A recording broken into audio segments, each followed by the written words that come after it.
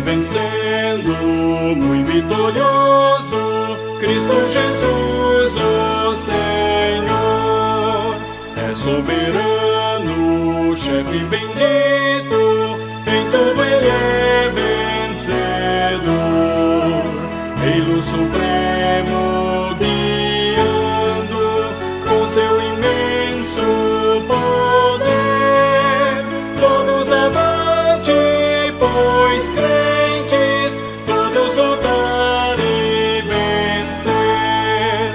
Não é dos fortes a vitória, nem dos que correm melhor, mas dos fiéis e sinceros que seguem junto ao Senhor, sempre vencendo, muito vitorioso, Cristo Jesus, o Senhor, em suas hostes inumeráveis, seu grande império e fulgor, em seu governo demonstra cuidado e amor sem igual, sempre nos ama e protege com seu poder eternal. Não é dos fortes a vitória, nem dos que correm melhor, mas dos fiéis e sinceros que seguem junto ao Senhor.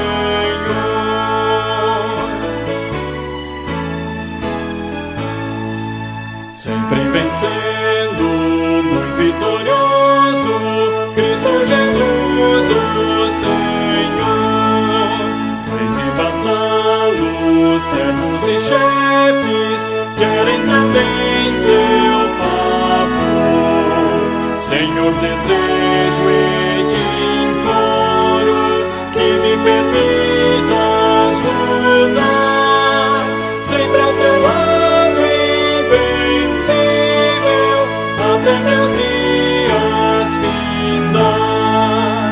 Não é dos fortes a vitória, nem dos que correm melhor, mas dos fiéis e sinceros que seguem junto ao Senhor.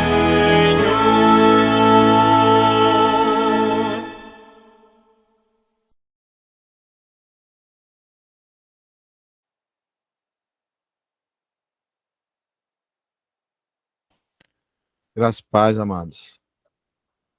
Vamos dar início ao culto desta noite. Amém. Vamos Amém. ter uma palavra de oração, depois nós ouviremos um hino. Logo após, a palavra está com o pastor. E a irmã Zélia para fazer a oração inicial, por gentileza.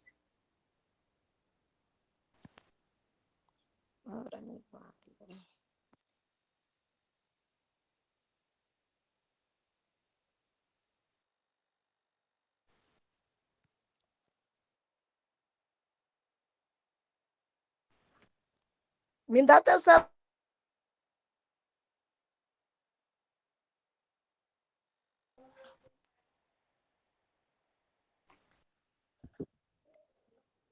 Chega que o meu tá só fechando, ficando louco. Graça e paz.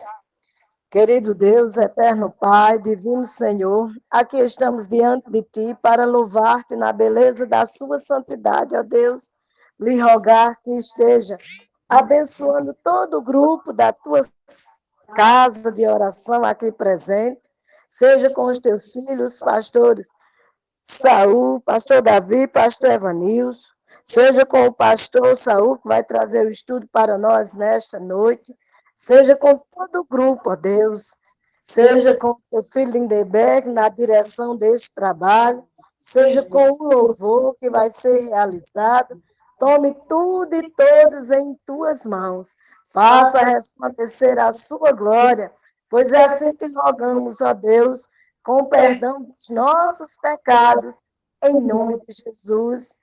Amém. Amém. Glória a Deus. Vamos ouvir o louvor.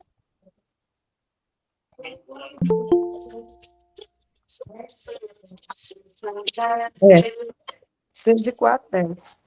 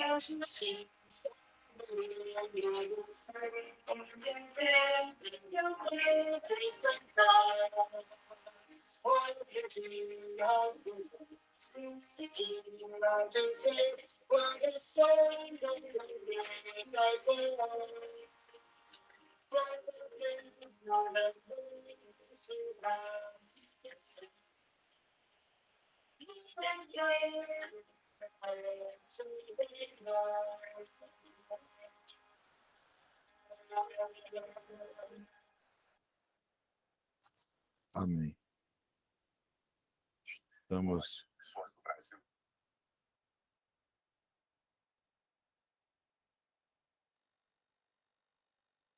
Amados, que a graça e a paz do Senhor Jesus esteja com todos na noite de hoje.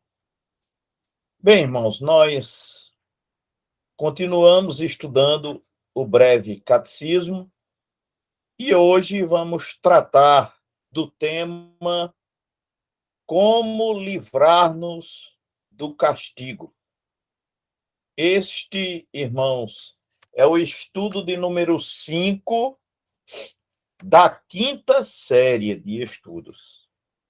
Então, nós já estamos no 5º trimestre de estudo da Confissão de Fé.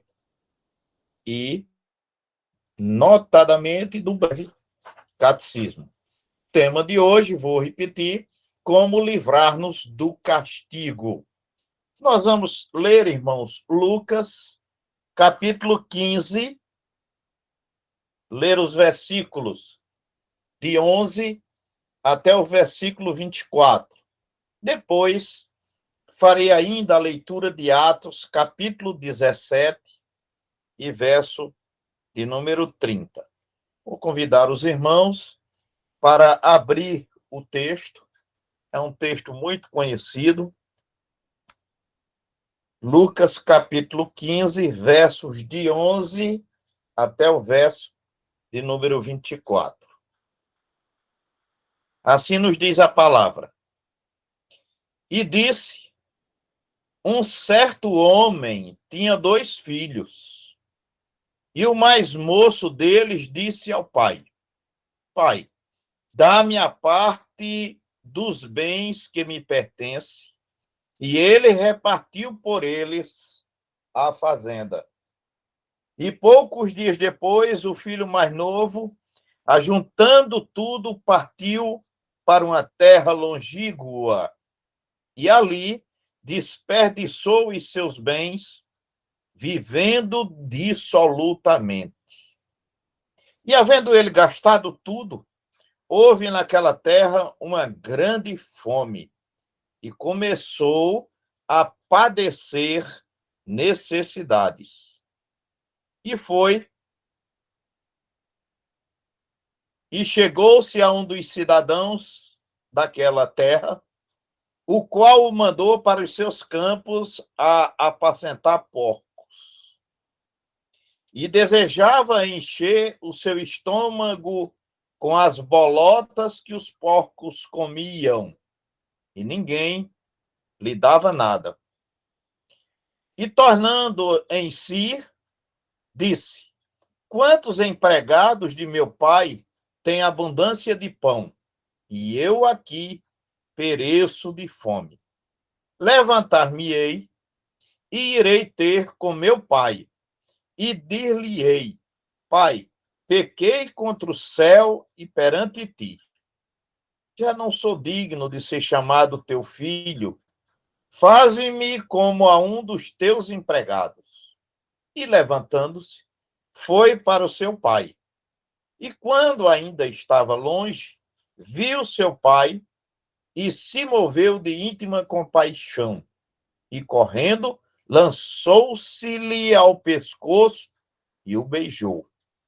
O filho lhe disse, Pai, pequei contra o céu e perante ti, e já não sou digno de ser chamado teu filho. Mas o pai disse aos seus servos, trazei depressa a melhor roupa, e vesti-lo, e ponde-lhe um anel na mão, e sandália nos pés. E trazei o bezerro cevado, e matai-o, e comamos e alegremo-nos, porque este meu filho estava morto, e reviveu. Tinha-se perdido e foi achado, e começaram a alegrar-se.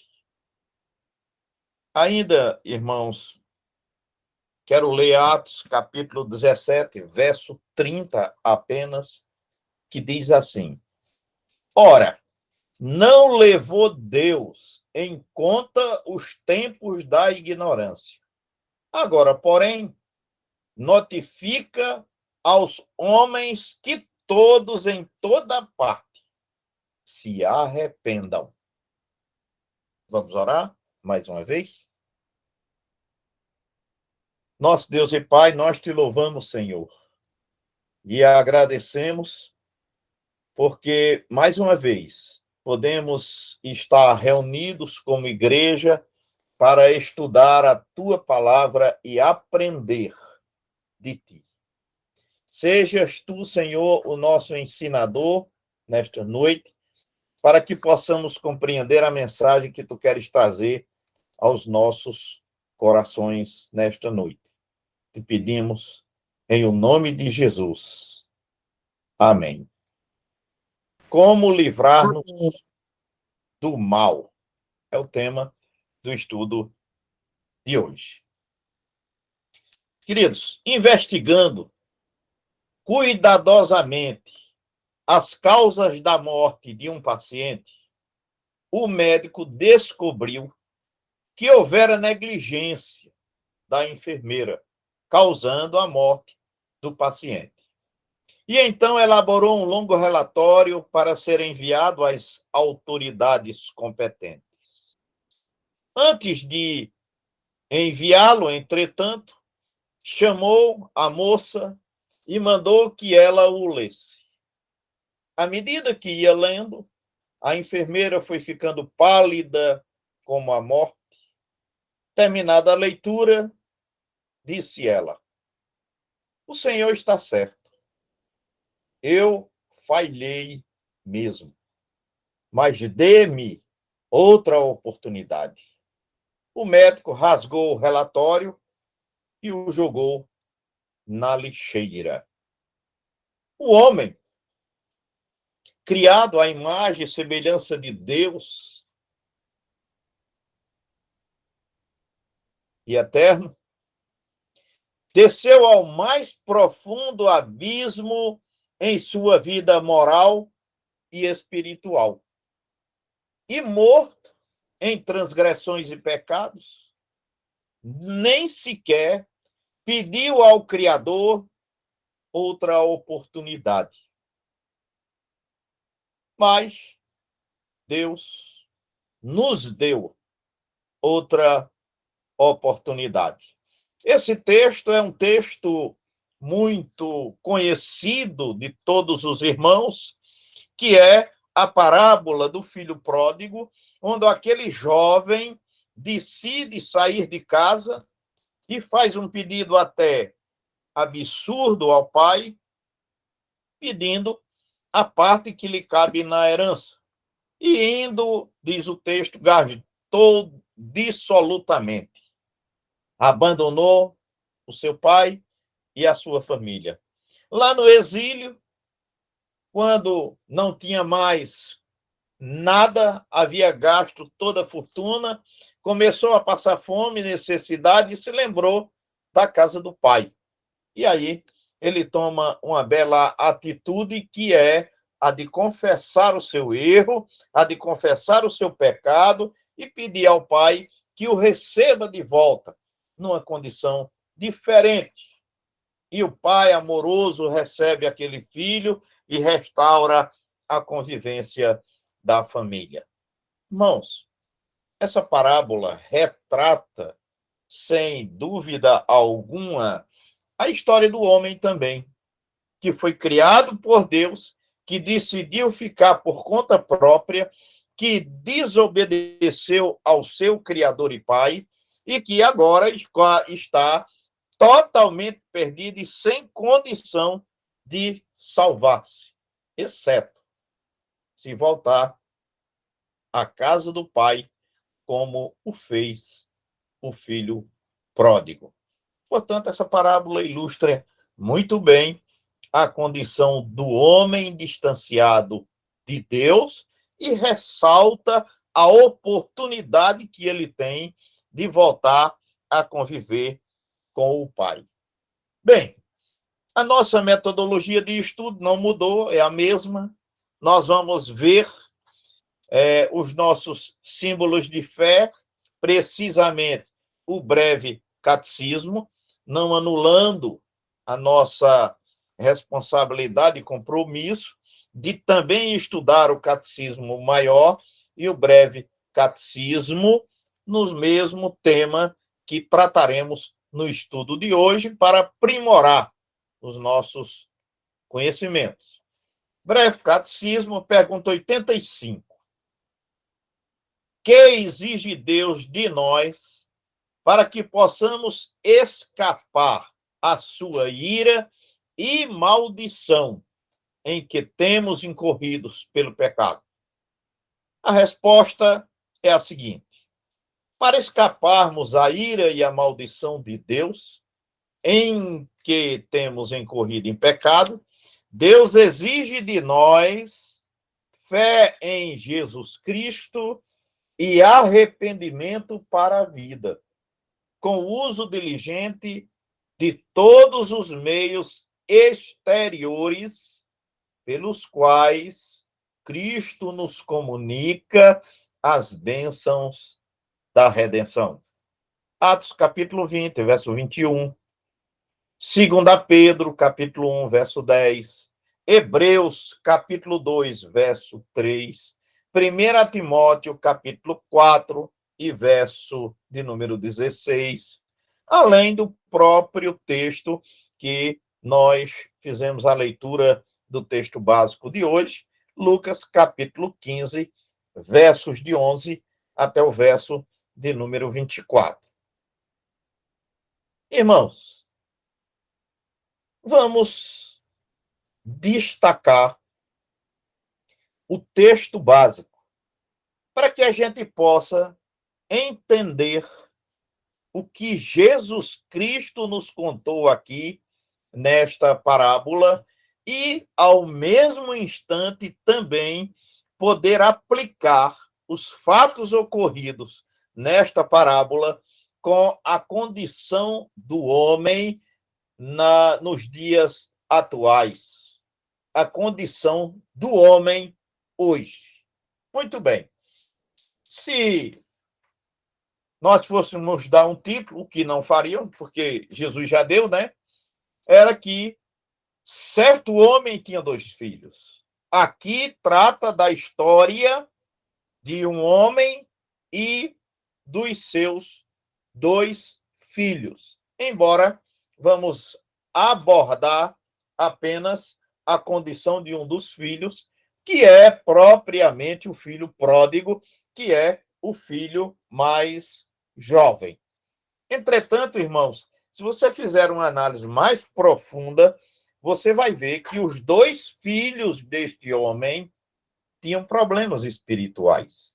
Mas nós vamos tratar do filho mais jovem, o filho pródigo propriamente dito.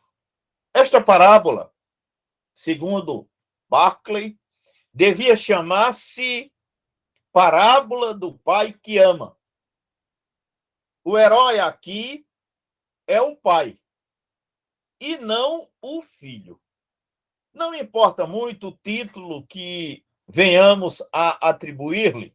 A verdade, porém, é que esta parábola nos apresenta um perfeito retrato da humanidade. Neste estudo, trataremos somente da parte que se refere ao filho mais moço, ou, como já me referi, o filho pródigo propriamente dito. Primeiro, o letra A. O filho que pede parte da fazenda paterna e parte para a terra distante, conforme versículo de número 12, retrata aqui o homem.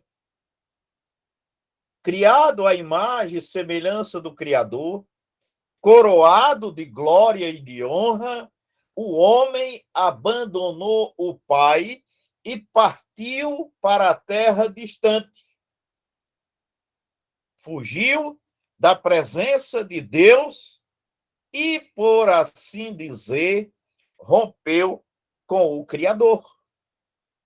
Letra B. O segundo.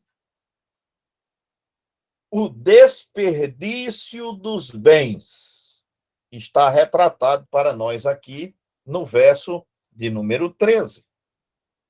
O desperdício dos bens representa a exata condição do pecador que desperdiça impensadamente os dotes, talentos e capacidades que Deus lhe deu. Letra C. A fome e as necessidades que atingiram o filho pródigo. Verso de número 14. Mostram que os prazeres mundanos são efêmeros e passageiros. Eles não são duradouros. Aqueles que buscam os prazeres do mundo vão gozar os prazeres do mundo durante um período muito pequeno e depois vem somente a dor, o sofrimento e as consequências de tudo isso. Letra D. Ou versos de 15 a 16. O jovem pródigo apacentava porcos. Simboliza a miséria em que o pecado joga o homem. Versos 15 e 16. Para os judeus, apacentar porcos era uma atividade maldita, porque os porcos ainda hoje são considerados para os judeus um animal impuro que não pode ser consumido. Letra E. Versos de 17 até o verso de número 19. O pródigo, o filho mais jovem daquele lar, daquela família, caindo em si e voltando para a casa paterna, retrata o homem que cai em si e volta para Deus arrependido. F. Versos de número 20 até o verso de número 21. Note, irmãos, que eu estou fazendo uma análise textual. Estou explicando aos irmãos exatamente a mensagem que o texto traz para nós. Que às vezes a gente lê e vê só uma história lá, sem fazer uma aplicação. O que é que isso tem comigo? O que é que isso tem com o homem? Que nós precisamos ler a Bíblia desse jeito. Pois bem, versos 20 e 21. O pai que vê o filho que volta, quando este ainda está a uma longa distância e que o recebe de braços abertos, retrata o Criador que anseia pela volta do homem e que o recebe de braços abertos. Jesus fala a esse respeito em João, no capítulo 6, no verso 37, quando ele diz assim: o que vem a mim, de modo nenhum o lançarei fora, disse Jesus. Essas palavras são de Jesus.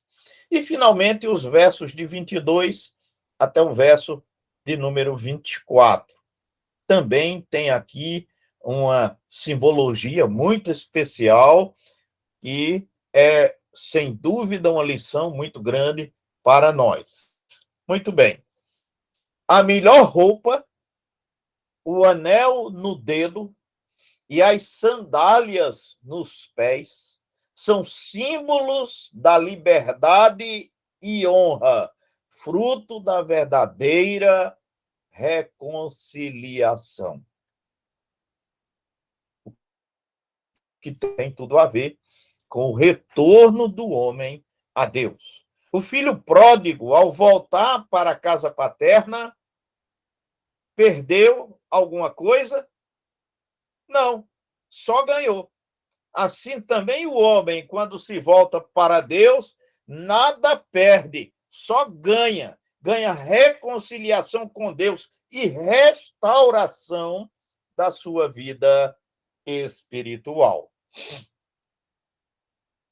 Terceiro lugar, irmãos, vamos considerar os aspectos doutrinários também.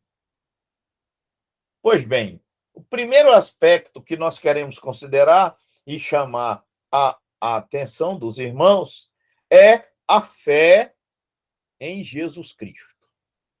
A fé em Jesus Cristo. O Senhor disse: ide por todo o mundo e pregai o evangelho a toda criatura. Ordenou Jesus. Ainda em Marcos, no capítulo 16, versos 15 e 16, ele diz: quem crer e for batizado será salvo. Quem, porém, não crer será condenado. Irmãos, como cristãos, sabemos que há apenas uma possibilidade de salvação. E a única possibilidade de salvação que o homem tem é através de Jesus Cristo, o Filho de Deus. Atos, capítulo 4, verso 12, diz assim: e não há salvação em nenhum outro, porque debaixo do céu não existe nenhum outro nome dado entre os homens pelo qual importa que sejamos salvos. As pessoas que foram salvas em todos os lugares e em todas as épocas salvaram-se através de Cristo. Antes do ministério terreno de Cristo, mediante a fé no Salvador prometido. Depois da morte e ressurreição de Cristo, mediante a fé no Salvador, que já veio e que ressuscitou. Recomendo, irmãos, a leitura com atenção de João, capítulo 5, verso 24, 2 aos Coríntios, capítulo 5, verso 17, 1 João, capítulo 5, verso 13, entre outros textos. Estas passagens que acabei de citar autorizam o crente a ter a certeza da sua salvação. Alguns julgam que tal certeza não tem bases sólidas. Há mesmo quem afirme que não pode ter certeza da salvação, porque não pode garantir que continuará firme na sua fé. Tais pessoas afirmam que creem em Cristo, mas descreem de si mesmas. Eu creio em Cristo, mas não creio em mim o suficiente para fazer a afirmação de que estou salvo em Cristo Jesus, dizem eles. Mas a Bíblia não nos ordena crer em nós. A Bíblia é muito realista. Ela não esconde fraqueza e a miséria do homem. Ela diz que somos fracos, frágeis, incapazes até de entender as coisas de Deus. Mas, apesar de tudo isso, ela nos garante que em Cristo podemos ter a certeza da nossa salvação.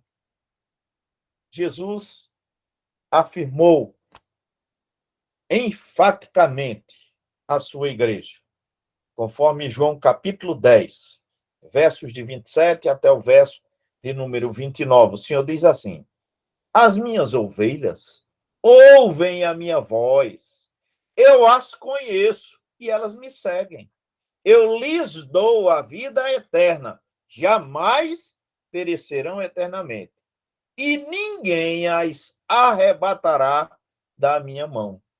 Aquilo que meu Pai me deu é maior do que tudo, e da mão do Pai ninguém pode arrebatar.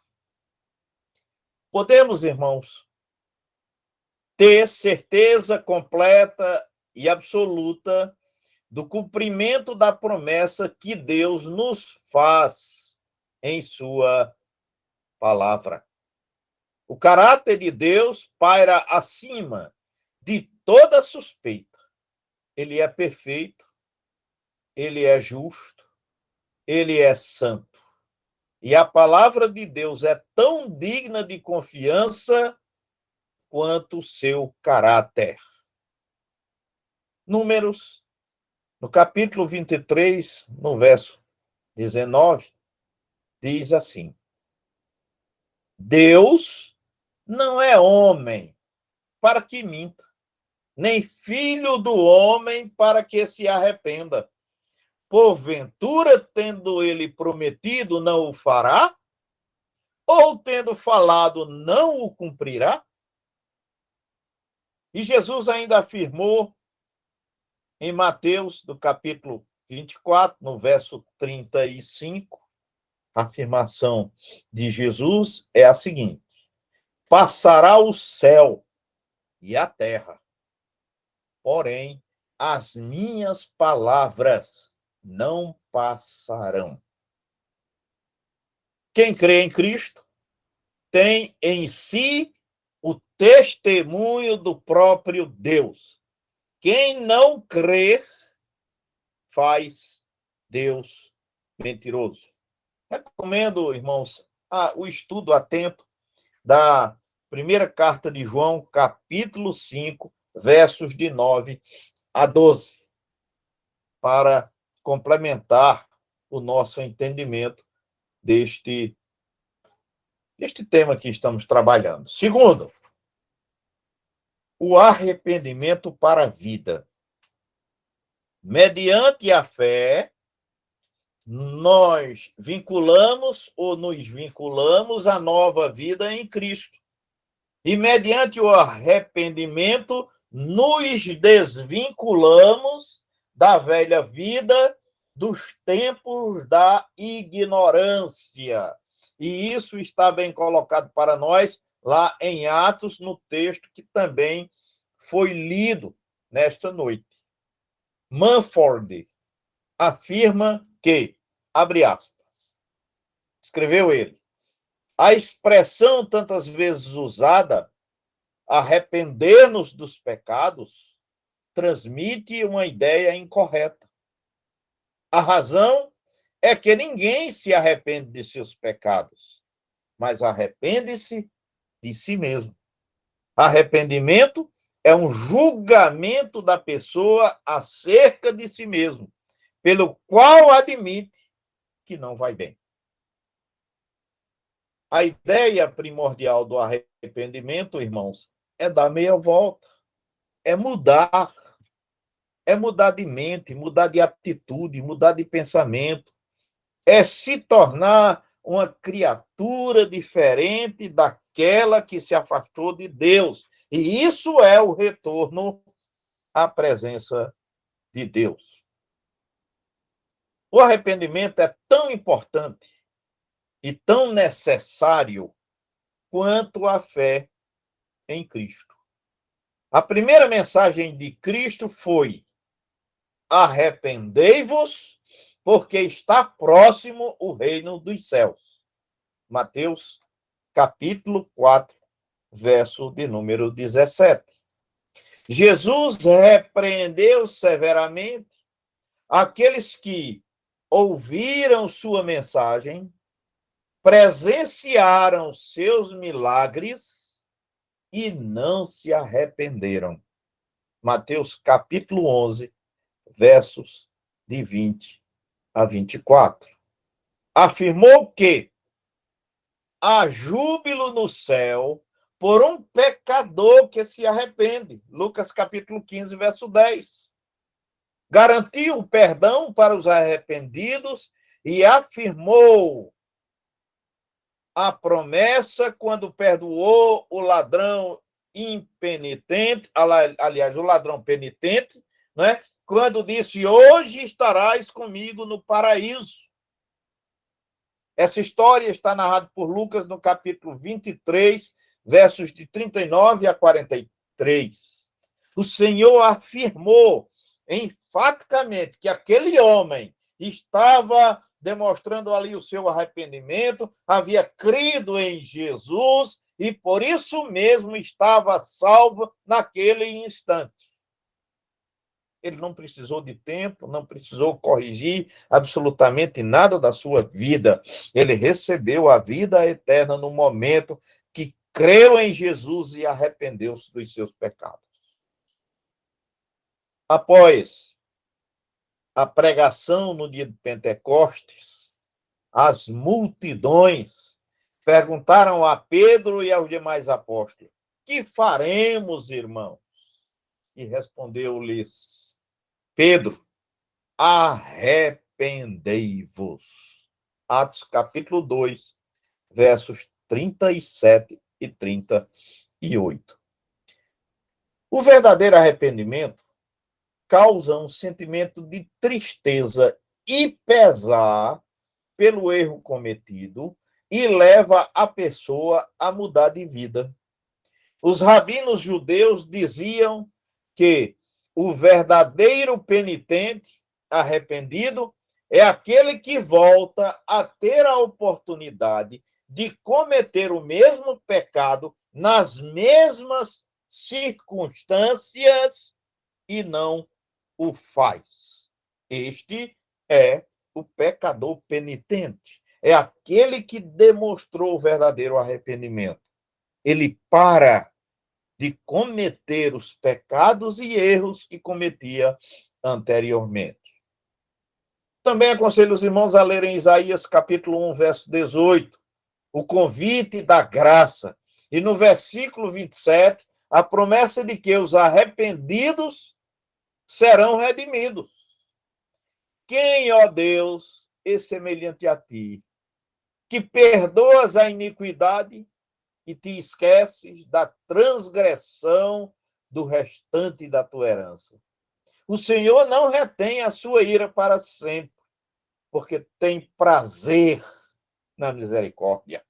Miqueias, capítulo 7 e verso de número 18.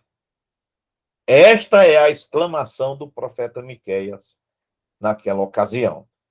Na promessa da nova aliança, diz-nos o Senhor, conforme Jeremias, capítulo 31, verso 34. Pois perdoarei as suas iniquidades e dos seus pecados jamais me lembrarei. Aqui, irmãos, não é que o Senhor esqueça, não saiba, não, de jeito nenhum. É porque ele perdoa e não nos imputa mais os nossos pecados, quando verdadeiramente nos arrependemos. E quando nos arrependemos verdadeiramente, irmão, não é quando eu estou arrependido. Não. É quando, de fato, eu mudo aquele aspecto na minha vida. Eu não peco mais. Paulo, mais tarde, diz isso assim: aquele que roubava, não roube mais, aquele que mentia, não mente mais, aquele, e assim vai dizendo, né? Tudo que você fazia de errado, você não faz mais. Esse é o conceito. O filho pródigo, antes de vestir a melhor roupa dada pelo pai, teve que tirar a roupa suja, rasgada e mal cheirosa que trazia da terra distante. Semelhantemente, o pecador precisa desvestir-se da imundície e do pecado por meio do arrependimento para revestir-se da nova vida em Cristo Jesus, o nosso Senhor. Esse é o conceito. E é o que representa aqui, né, a figura do filho pródigo na mensagem que Jesus inseriu para que nós pudéssemos compreender. Terceiro, os meios de graça. Os meios exteriores pelos quais Cristo nos comunica as bênçãos da redenção são a palavra, os sacramentos e a oração. Estes são os meios de graça. Mais tarde, nós vamos estudá-los separadamente dentro do estudo do breve catecismo, nas perguntas subsequentes. Vamos analisar, irmãos, cada um destes aspectos. Primeiro, a palavra. as Escrituras são a fonte do nosso conhecimento da vontade de Deus. E também um dos instrumentos que o Espírito Santo usa para nos edificar e nutrir espiritualmente. É impossível apropriar-nos do perdão e da salvação sem um conhecimento mínimo das Escrituras.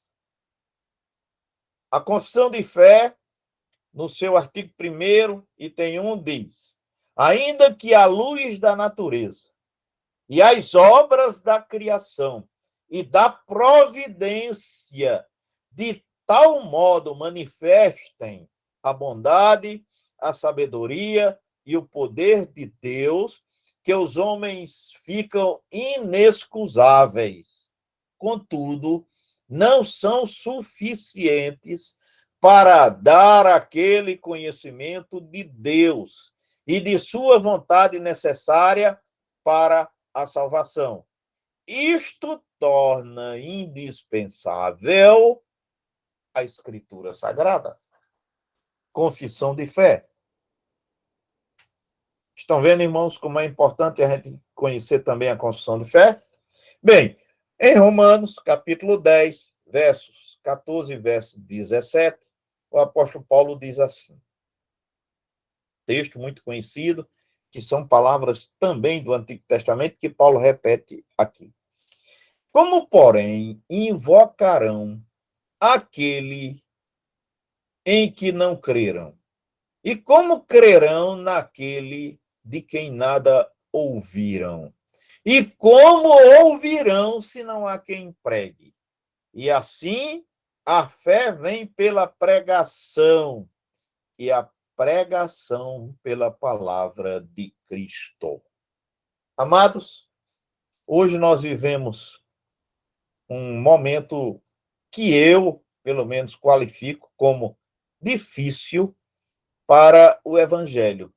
É que hoje os ministros estão mais preocupados em mostrar eloquência, em mostrar que tem conhecimento dos grandes escritores, do que mostrar que tem conhecimento das Escrituras. O importante é pregar o que as Escrituras dizem. Não estou aqui desmerecendo a mensagem de muitos servos de Deus. Não estou desmerecendo, de maneira alguma. Mas estou dizendo que a nossa principal preocupação não é exibir uma eloquência que às vezes nem temos, mas é pregar a mensagem do Evangelho da forma que ele é e da simplicidade que ele é, de modo que a pessoa possa compreender. Grandes discursos são apenas para preencher a nossa vaidade. Segundo ponto, os sacramentos. Falamos da palavra, agora vamos falar a respeito dos sacramentos. Jesus instituiu 2 sacramentos, o batismo e a ceia do Senhor. Estes sacramentos não são necessários em absoluto para a salvação, mas são obrigatórios para os salvos. Quando Jesus mandou os discípulos pregarem o evangelho, note que ele disse-lhes: quem crer e for batizado será salvo. Evidência de que o batismo deve necessariamente acompanhar a fé. Após dizer às multidões, no dia de Pentecostes, arrependei-vos, Pedro acrescentou: e cada um de vós seja batizado. O batismo, portanto, não é opcional, mas antes uma obrigação, em virtude da ordem de Cristo. Ao instruir a igreja de Corinto quanto à celebração da ceia do Senhor, disse o apóstolo Paulo: Examine-se, pois, o homem a si mesmo, e assim coma do pão e beba do cálice. 1 aos Coríntios, capítulo 11, verso de número 28. O próprio Jesus usou o imperativo: tomai, comei, bebei, fazei isto em memória de mim. Participar da ceia do Senhor é um privilégio enorme, mas é também uma obrigação do crente. Terceiro aspecto, a oração.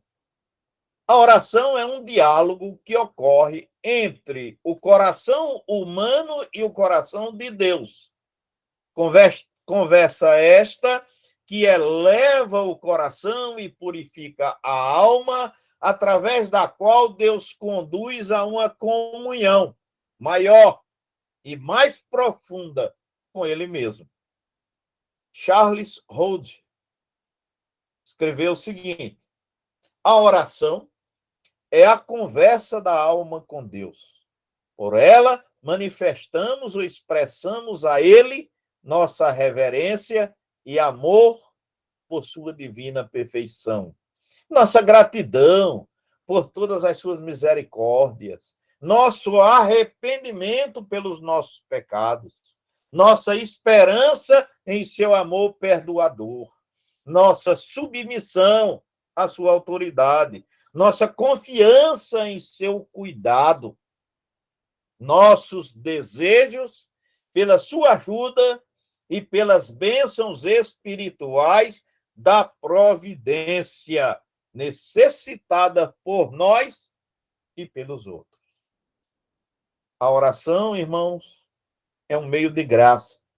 Isto é, aprove a Deus que a oração servisse de canal da graça, colaborando para a edificação espiritual dos seus filhos.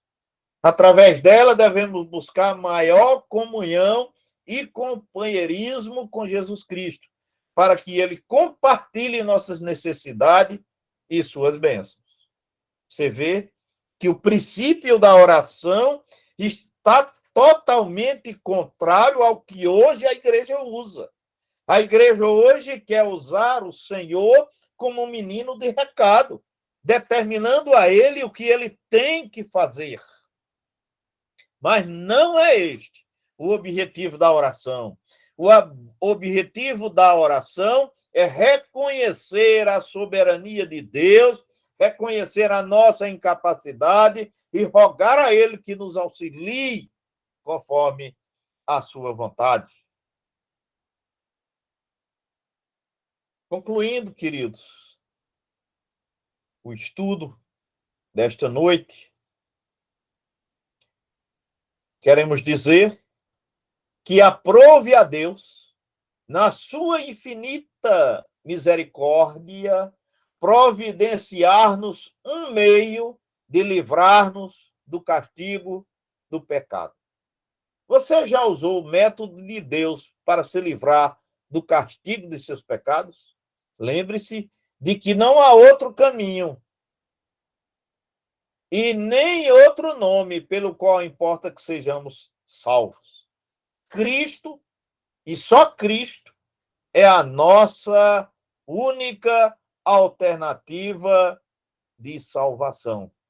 Não há outro. Se você já se apropriou da salvação em Cristo, seja humilde e operante. Dê sempre graças a Deus por isto. E proclame o Evangelho de Jesus Cristo. Vamos orar mais uma vez, queridos? Nosso Deus e Pai, nós te louvamos, Senhor, por tudo que tu nos concedeste no dia de hoje. Te louvamos pela presença dos teus filhos que estão nos acompanhando pelas redes sociais. Pedimos a tua bênção para a tua igreja, no nome de Jesus. Amém. Amém. Queridos, antes de passar a palavra à Beguinha, depois eu dou alguns avisos. para não misturar os estudos. Né? Então, Beguinha está com a palavra.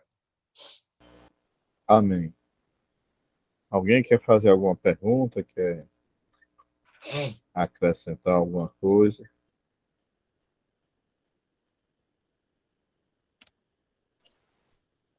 Nós contemplamos num estudo maravilhoso, muito bom, mas nós contemplamos a fidelidade do Pai, porque como o próprio texto mostra claramente para nós, e ele reconhece isso, que não merecia nada. O Pai o recebe, e isso é motivo de gratidão a Deus.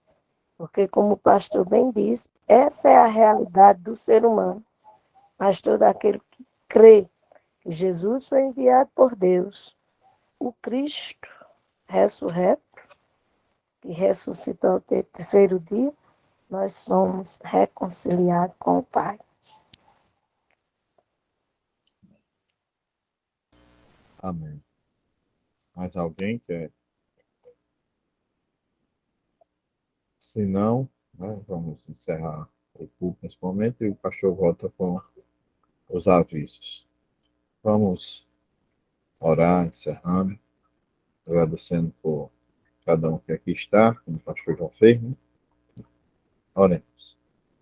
Pai amado, nós te damos graças, Senhor, por mais uma quinta-feira, por mais um culto realizado, que nós possamos, Senhor, ter a consciência que de nós nada nós podemos fazer, Senhor, para arrepender, para nos salvar, para nos perdoar, porque tudo é graça e tudo vem de Ti. É isso que nós te agradecemos, no nome santo do Filho amado Jesus Cristo. Amém. Vamos fiquem Amém. com o pastor para os avisos.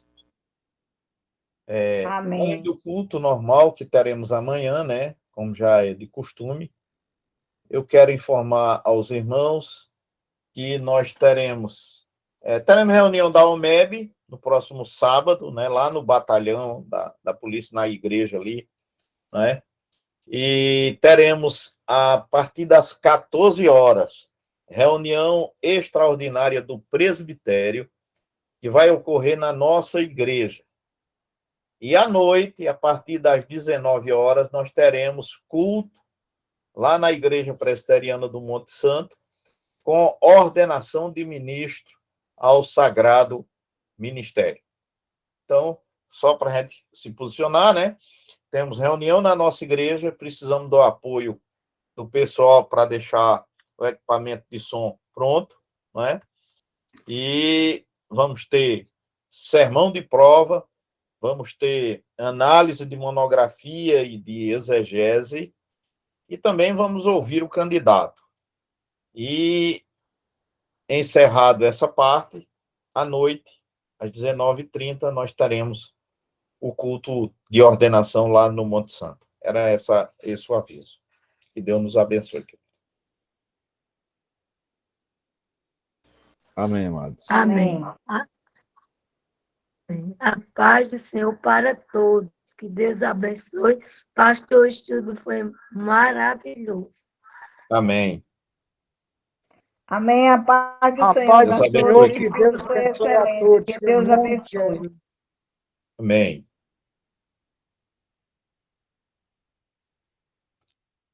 A paz, irmãos. Deus abençoe.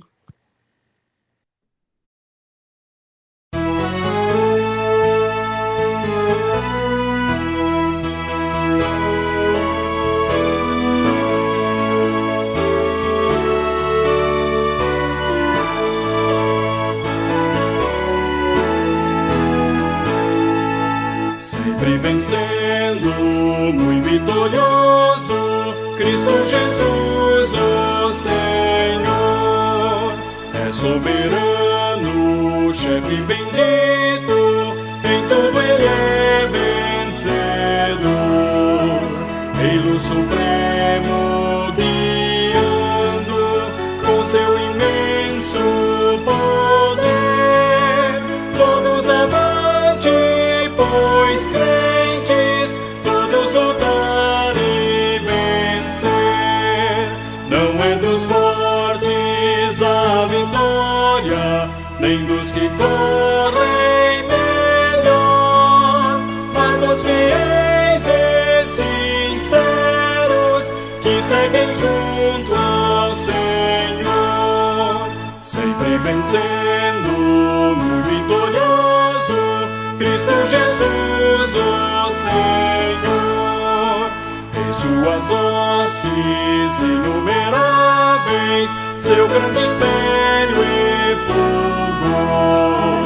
em seu governo demonstra cuidado e amor sem igual, sempre nos ama e protege com seu poder eternal. Não é dos fortes a vitória, nem dos que correm melhor, mas dos fiéis e sinceros que seguem junto ao Senhor.